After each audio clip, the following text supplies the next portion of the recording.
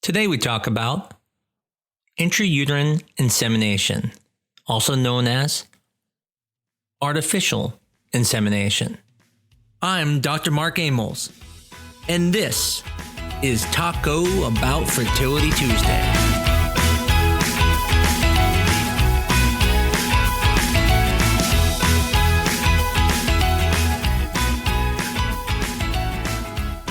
Artificial insemination. It's one of the oldest forms of fertility treatment. But what is it? Essentially, it's similar to taking sperm and injecting it into the female body. Now, when we say artificial insemination, that means introducing sperm into the vagina, to the uterus, even into oviducts.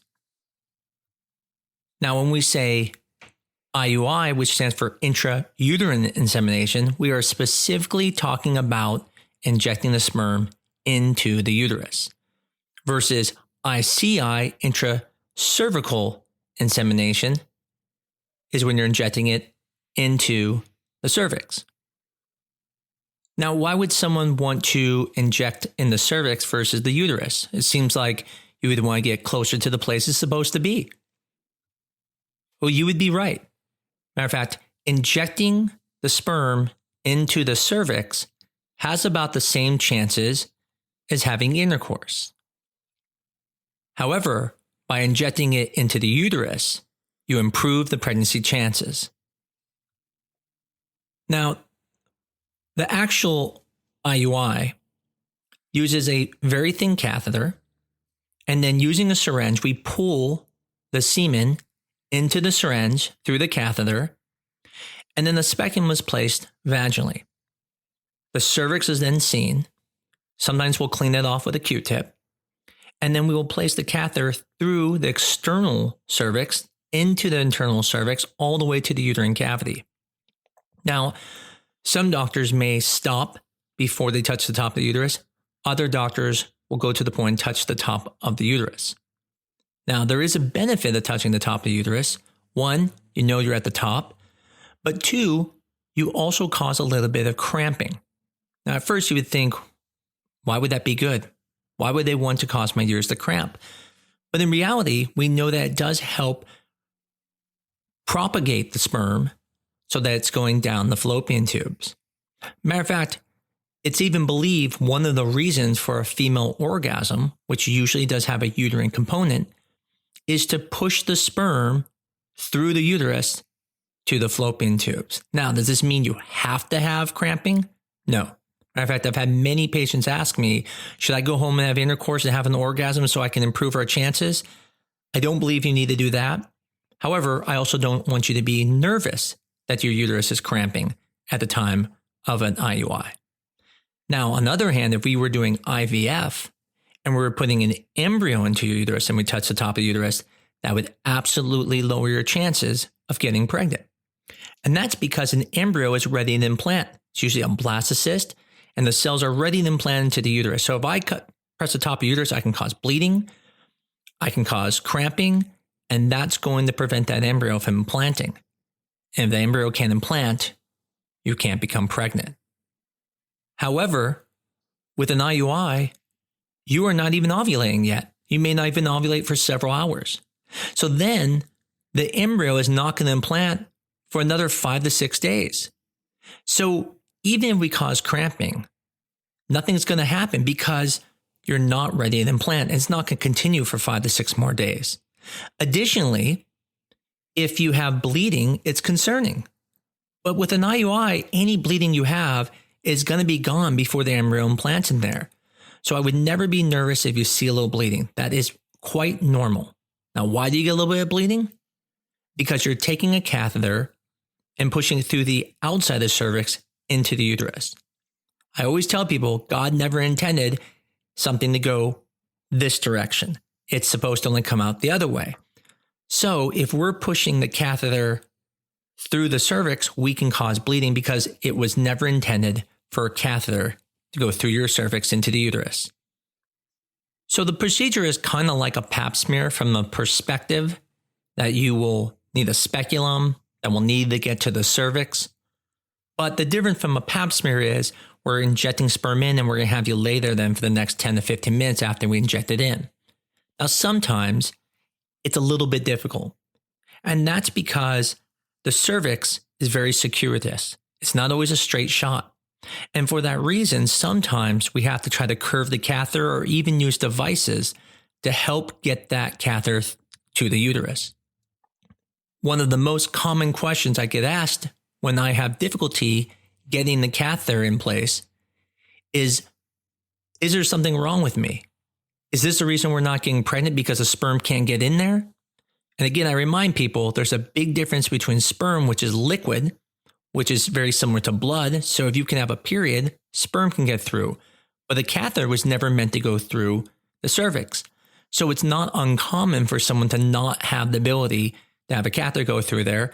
And sometimes we have to use certain tools that can cause a little bit more discomfort. Overall, I think most women do just fine. I've had many women ask me if it's going to be painful. And I explained to them that few women have any discomfort. Some don't even realize the IUI has been done. So I would tell you, do not be worried about IUIs. They're not painful and they're very simple.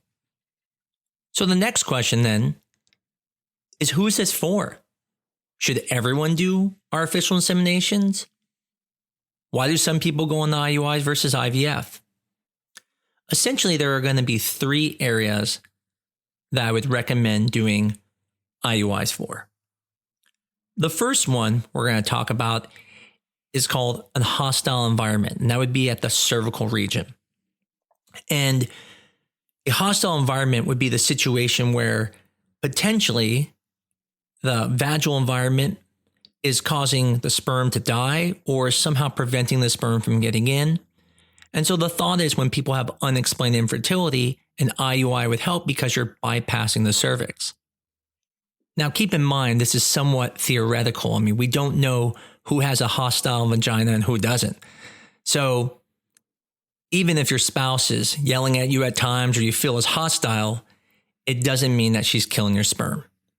The good thing is that an IUI would allow you to bypass her cervix and that way bypass the danger. Now, the next issue would be sperm issues. And this is going to be things that could be wrong with the sperm. Now, commonly what people think is, oh, my count. If my count is low, I'm going to need to do IUIs. Actually, that is almost rarely the cause. You need to have about 20 million total moving sperm to get pregnant naturally. If you are between the 10 and 20 million sperm range, then that's when artificial insemination would be great. But a lot of times, the actual total motile count of sperm is perfect. But yet people still have a low chance of getting pregnant without IUIs. Now, to define total motile count, what that means is if you take all of the sperm that a man ejaculates, and then you find out how many are moving, so let's say it's 50%, then it would be the total motile count. So if you have 100 million sperm and 50% are moving, you have 50 million total motile sperm. Now, when it comes to these other parameters, such as the concentration, the motility, the progressive motility, the volume, these are all factors of sperm that can create an issue. So let's start with each one. So we talked about the count, and that's just the number of sperm you make. So that one's pretty easy. Concentration is how much sperm there is per milliliter of volume. Now, at first it seems, why does that matter? If he has enough sperm, he's a stallion. But in reality, the concentration is actually more important because all the sperm is not getting in. And as every woman knows, it does not all go in. Matter of fact, most of it comes back out. So only the sperm touching the cervix is going to get into the uterus. So if your concentration is low, then essentially you have a low sperm count. It doesn't matter what's in the vagina because only the part touching the cervix is going to get in. Now, who's at risk for having low concentrations? It's going to be guys who ejaculate a large volume because all the sperm a guy makes can fit on the tip of a pen. So all the volume comes from ejaculation, and that comes from the prostatic fluids and the seminal vesicle fluids. Some men make so much ejaculate volume that they dilute their sample and make the concentration extremely low. So if you feel your partner has a large ejaculate volume, then this could be a problem. Now keep in mind, the normal ejaculate is about 2 milliliters, whereas a high volume would be something around 5 milliliters or greater. Now on the flip side, you can have too low volume. Now clearly your concentration may be great with low volume because now you're really concentrating everything into a small amount. What I'm talking about is if the volume is so low, like 1 milliliter or less, we find people have a problem getting pregnant. Now the thought process behind this is that there's such a low amount of volume that the sperm is getting kind of lost in the vaginal folds, which is normal. All women have what are called vaginal fornices. And this is these crevices around the cervix that are like little pockets. So when you have ejaculation, the sperm sits in those pockets and then covers the cervix. But if the volume's too low, it may not be enough to even cover the cervix. So essentially, if you only ejaculate a small drop, there is a good chance you have low volume, and that may prevent you from getting pregnant. And IUIs would be a great treatment option. Now, when it comes to motility, this is kind of a misnomer. So when you hear the word motility, you think, okay, that's how my sperm moves. And that's kind of true because the ones that are moving are motile. But in reality, when you hear about 20%, 40%, 60% motility, it's not saying how well your sperm move. It's actually telling you how many of them are moving. So when you hear that someone has a 30% motility, you think, okay, 30% the speed of normal sperm, that's okay. He'll get there someday. That's a tough looking sperm. But in reality, it means 70% of your sperm is dead. Now, at first you think, well, what's the big deal with that? I mean, some sperm die, I get it.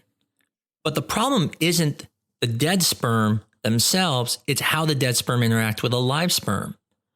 If you imagine if you were in a burning building and there was 100 people and 70% of the people said they weren't going to move and you all had to get out one door, you might have some trouble getting out fast because people are in your way. We call this a colligative property. It's not a property of the actual specimen, but of just count. Now, there's nothing in the ejaculate that you would notice to be able to tell if you had good or bad motility. This is something that has to come from a semen analysis. So if motility tells us how many are alive or dead, what tells us how they're moving? Well, we call this progressive motility. Some people may call it grade. And essentially it has 4 numbers, 1, 2, 3, and 4, where 4 is the best swimmers. I tell people this is like Michael Phelps. These are gold Olympians. These are, some of the best swimmers in the world. 3 is going to be your typical college swimmers, great high school swimmers. They're good, but they're not Olympic. And that's okay. You just need to be good. 2 is going to be your everyday swimmer. That's me. I'm not going to drown, but I'm not going to do a bunch of laps. I like to sit on the lazy river. You want to be above 2. You don't want to be me. You want to be a swimmer who can definitely swim a lot of laps and swim for a long time. If you're at a 2 or 2.5, that can absolutely affect your chances of getting pregnant. Now, 1's real bad. 1's basically saying they're just twitching or they're just running in circles. So you don't want to be a 1 at all. And if you are a 1, you're probably moving on to IVF. If you're a 2, you can still do IUIs, but the question is, how much sperm do you have? If you have a lower count, the problem is that when they filter the sperm, you're going to lose most of your sperm. And if you don't have a certain amount of sperm at the end, your chances of getting pregnant are low. Now, if you have a lot of sperm, let's say 100 million, and you have poor progressive motility, by the time they get done weeding everything out, you'll still have at least 5 to 10 million sperm, and the motility will be good at that time. Again, these things can only be found with a semen analysis, which is where your partner would give sperm, and then it would be evaluated under a microscope, and these parameters will then be figured out, and you'll get the results. And then using this information, you can realize whether an IUI would be good for you or not. Now, the third area would be if you have no sperm. Now, at first you think, well, of course. But what I mean is your partner can have zero sperm. There could be situations where you need to use donor sperm. And it's not always for couples who don't have a partner. So obviously, if you are without a partner, you can use donor sperm. But sometimes one of the partners has a heritable disease that could cause problems with their kids. And so instead of having a kid, they say, let's just use donor sperm. There could be other situations that require using donor sperm. I've even had patients use donor sperm for financial reasons because they didn't want to pay for IVF. So they decided to use donor sperm with IUIs. And that's really one of the main reasons why people do intrauterine inseminations, IUIs, because they're affordable and they're very easy. Most people, when they do an IUI, don't get very stressed out because it's a pretty simple procedure. It's not painful. It's easy. The medications are usually very easy. Whereas IVF is extremely stressful. It's extremely expensive. And it takes months before you can even do it sometimes. Whereas IUIs, first period you get, you can start. So the question then comes, how successful are they? Well, it kind of depends on what you do. The intrauterine insemination is just bypassing the cervix. So clearly, when you have more sperm issues, it's probably going to help you more because you're actually treating something versus if you're doing IUIs and you have unexplained infertility, you don't really know what you're treating. On the same token, if your tubes are blocked or you had no sperm, it wouldn't make sense to do IUIs at all. So let's just start with the most common statistics. If you did what we call a natural IUI, so this would be the situation where you ovulate on your own, you call your doctor up and say, I've seen a positive ovulation predictor kit, and 24 hours later, you'll come in and do an IUI. The chances of that working are approximately 8 to 12%. Now, that seems weird that it would be 8 to 12% because if you're under 35 and trying on your own, your chances are at least 15%. But keep in mind, most people who are doing IUIs have not got pregnant. So at this point, their chances are usually less than 4% per month. So an 8 to 12% is going to increase your chances. Now, if someone, let's say, didn't have a partner, a single woman, or a lesbian couple, then in that situation, their chances are probably going to be what their normal chances are of getting pregnant, 15 to 20% if they're under 35. As they get older, that drops. But when people are doing IUIs with infertility, that changes. And now your percentage is only going to be 8 to 12%. In general, IUIs increase your chances by about 40%. Now that's an increase, not a 40% increase.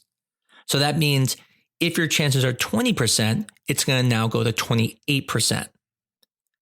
Now, the next category of IUIs, usually people use Clomid or Femara. Now, if you have PCOS, you probably want to use Femara. But if you're using Clomid or Femara, that will usually boost your chances a little bit more and get close to 12 to 15%. Now, again, the IUI is still doing the same thing. You're just increasing the chances because you're making more eggs now. There's also what are called MinStim protocols or injectable therapy. Here, you're even being more aggressive. Now you're making more eggs, sometimes 3 to 4. And in that situation, the chances are closer to 15 to 22% per IUI cycle. Now, again, the IUI chances are still the same, but if you make more eggs and they're more mature, there's a better chance that it's going to work. Now, the next question is, how many of these should you do? Should you do 6 of them? 10 of them? 12 of them? Well, the answer is actually 3. Now, it doesn't mean you can't do more than 3. But what happened is a group out in Massachusetts where fertility is covered pushed everyone to do IUIs because it's cheaper than IVF. And they went back and they looked at this group and said, when were people getting pregnant? Were they getting pregnant on IUI number 8? Because we've seen it before. I've even seen it. But the answer is that if you took everyone who ever got pregnant with IUIs and you looked back at when they got pregnant, what you would find is that 90% of the people got pregnant in the first 3 cycles. That means of all the people who got pregnant, if there was 100 people that got pregnant, 90 people got pregnant in the first 3, and only 10% ever after those first 3. That means that of that 100, only 10 people got pregnant after that 3rd cycle. So what came from that is it let everyone know what we already knew, but now it verified it. That if it doesn't work in the first 3 cycles, it's probably not worth doing. At that point, you should be thinking about further testing or proceeding with something like IVF. So why doesn't everyone do IUIs? Or what's the downside of doing IUIs? Well, first, it's not for everyone. So clearly, if your tubes are blocked, I wouldn't recommend doing IUIs. If your sperm count's too low, I would not recommend doing IUIs. I would even say if you have unexplained infertility and it's been over 3 years of trying, I probably wouldn't do IUIs. But I think one of the most frustrating things about IUIs is that no one knows why they don't work. See, when it works, we think, oh, well, we did the right thing. But when it doesn't work, we really can't tell you why it didn't work because we can't see anything. I mean, in reality, all we're doing is taking the sperm and getting closer to the eggs. We're essentially Match.com. We're just getting everything closer. We're not making any magic happen. We're just setting everything closer. So when it doesn't work, I don't know, did your tube not pick up the egg? Is it possible that the egg never made it to the sperm and got fertilized? Is it possible the embryo never made it into the uterus? Or that maybe there's a uterine problem? Although it seems pretty simple and you think, yeah, that makes sense. It's weird. When you take sperm and inject it into your uterus and you see all those follicles, in your mind you think, yeah, it's going to work. And when it doesn't, it's so concerning because it doesn't make sense why it wouldn't work. And then when you go to your trusted source, your doctor, they don't know either. And that's the trouble with IUIs. You just don't know why they work and why they don't work. And so for some people, that can be extremely frustrating. The second fear for people with IUIs is if it doesn't work, am I going to waste a bunch of money when I could have just put it towards IVF? And the simple answer to that is yes. That's actually very possible. Matter of fact, I was just talking a minute ago about unexplained infertility. Unexplained infertility is when you don't find the cause for infertility, but you know something's wrong. Now, the first line treatment for unexplained infertility is IUIs. And the thought process here is that it's some cervical issue. We talked about that hostile environment, or maybe there's just some sperm parameter that we don't recognize is wrong. And so we always start with IUIs. But I make the argument, if you've had unexplained infertility for 3 or more years, I find that few people get pregnant with IUIs. And if you think about it, if it really was a hostile environment, I mean, can we really believe for 3 to 5 years that not a single sperm can get by that environment? And the answer in my mind is no, I don't think that's possible. And so I tell people, when it comes to IUIs, if it's unexplained infertility, if it's been over 3 years, it might make more sense to go on to IVF if they're paying everything out of pocket versus taking the risk of doing IUIs and spending a lot of money. Now, if they have coverage, absolutely try IUIs. Why would you not? I mean, what's the worst that happened? You wasted 3 months. That's not a big deal. But if you're paying for everything out of pocket, that's a pretty big expense just to try something. And that's one of the biggest dilemmas of IUIs. See, when you do an IUI cycle, we usually combine it with a thing called ovulation induction, where we're causing your eggs to make 2 or 3, maybe even 4. Now, that's great because it increases your chances, but one of the downsides of that is that you have an increased risk of what we call early ovulation, at least 15 to 25% chance of early ovulation. So with IUIs, unlike IVF, we don't control as many things. And so sometimes why IUIs don't work is because we're not using a lot of the same medications, and we shouldn't, because why would anyone put a lot of money into an IUI? The chances aren't that great. Whereas in IVF, you can use lots of medications to prevent ovulation, to push your eggs harder, and then make more to increase your chances. But with ovulation induction with IUI, you really don't have those tools. Now you can use them, but why would you spend $2,000, $3,000 for such a small chance? Now, before we end, there's a couple things I wanted to go over. One question I get asked a lot is, what about double IUIs? Double IUIs meaning doing an intrauterine insemination, sometimes 12 hours after trigger, and then again 36 hours after trigger, or sometimes people do it 24 and 48 hours. It's supposed to help improve chances. Now, there are very conflicting studies on this. Most people show it doesn't benefit. I don't think it's a bad thing, but I don't think it helps. And I'll explain why I think it does help and why I don't think you need to do it. The reason I think it helps is that if you ovulate early, by putting the sperm there after 12 hours after the trigger, if you did miss it, sperm's there early. Then the second sample is going when you expect you to ovulate, but again, if you ovulate early, you've already covered that. However, if you are not pre-ovulating, it's really not going to benefit you and you're just doing 2 samples and spending more money. So most clinics do not do double IUIs. I will do them for patients, but I always tell them I don't think it's benefiting them in any way and that they're just doing it to make themselves feel good. The other special circumstance is when using donor sperm. When you are having intercourse and doing IUIs, there's always a chance sperm is there. But when you're using donor sperm, there is no chance for sperm being there until you inject it in. And in this situation, it's very important for your doctor to make sure to not miss ovulation. At my clinic, we actually test for ovulation by either checking hormones or you can do ovulation predictor kits. But it's very important to not miss it because the egg is only good for 24 hours. So if the person is not having relations with a sperm donor, then in that situation, they have no sperm around. And if they ovulate and you don't get pregnant, it's probably because you missed the window.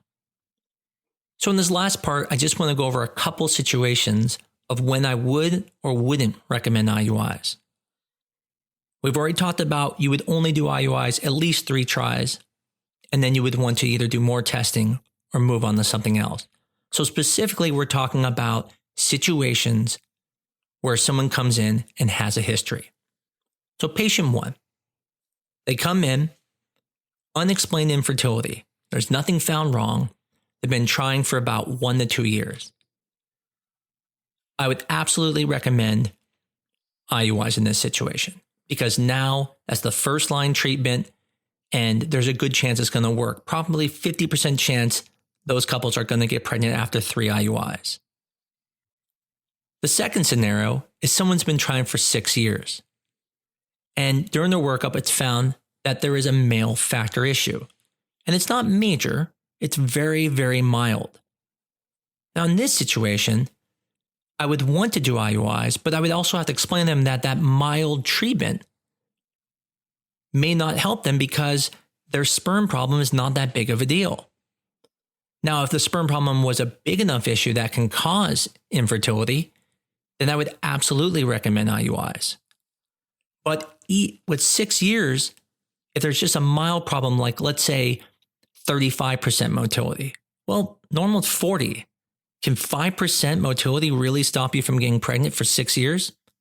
I would say no. And so in that situation, it might even be worth going on to something like IVF because it's been 6 years. But if there is a sperm problem, I don't care how long it's been, that is likely your problem. I tell people all the time with my wife and I have a sperm issue. I'm about 50% lower than where you should be in total motile count. And I've never had a pregnancy with my wife. So it shows you that even though 50% still seems like a lot of sperm, you can go 28 years and not get pregnant naturally. Now, in this next patient, if I told you her tubes were blocked, we can all say that, yeah, I wouldn't do an IUI. Doesn't make any sense. And it's absolutely true. It would not make sense. But what if one tube is open and the other tube is blocked. Then what should you do? This is actually a difficult situation because clearly one tube is open. So there is a way to get pregnant. But the problem is, what caused the other tube to get blocked? See, most blockages are going to come from something such as an infection. Now, infection doesn't have to be gonorrhea, chlamydia, it can be other things, but the point is it's from an infection. And most infections would arise through the vagina. That would then get into the uterus, and then would get to the tubes.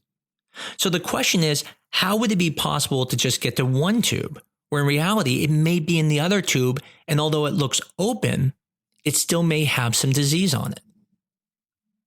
If you think about it, it doesn't make sense. It's not like the bacteria is going up the uterus and says, okay, nobody go to the left today. I only want right tube destruction only. Please, no one to the left. They're not that smart. So in reality, any tube that's blocked should always bring up the question, is there a tubal issue there?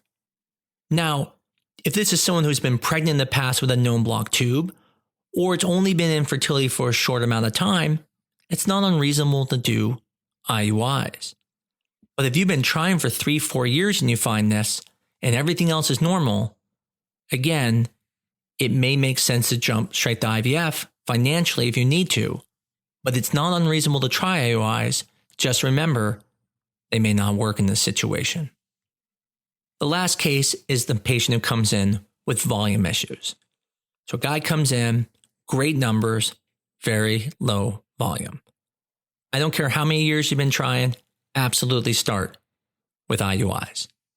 The same situation goes for someone who has a low concentration. Doesn't matter how many years, absolutely start with IUIs. In summary, intrauterine insemination is a great form of treatment that can be used in many ways. Usually used for sperm issues, but can also be used for cervical issues or if you need to use donor sperm. In general, it increases your chances by 40%, but it depends where your original stance was. If you're under 35 and your chances are 20% per month of getting pregnant, now it goes up to 28% with an IUI. If you're 42 and your chances of getting pregnant every month are 16%, then it's only going to go up to 22.4%. This is one of the reasons we don't recommend intrauterine insemination for women who are 45. Their chances of pregnancy of live birth is only 1% per month. So if you do intrauterine inseminations, you're only increasing that up to 1.4% per month, which doesn't make much sense. That would be like buying 2 lottery tickets. It's not going to help your chances much. So when women are more mature, we sometimes don't recommend IUIs because they just have a low chance because the starting chances are already so low. Well, I hope this episode was helpful for people who wanted to learn about intrauterine inseminations and might have been afraid of them. I hope it helps you decide what's best for you, or if you haven't seen a doctor yet, help prepare you then for your fertility visit. Again, I always appreciate everyone who reviews us. I appreciate all the questions people send me. I appreciate all the ideas people send me for these podcasts. I look forward to talking to you again next week for Taco Bout Fertility Tuesday.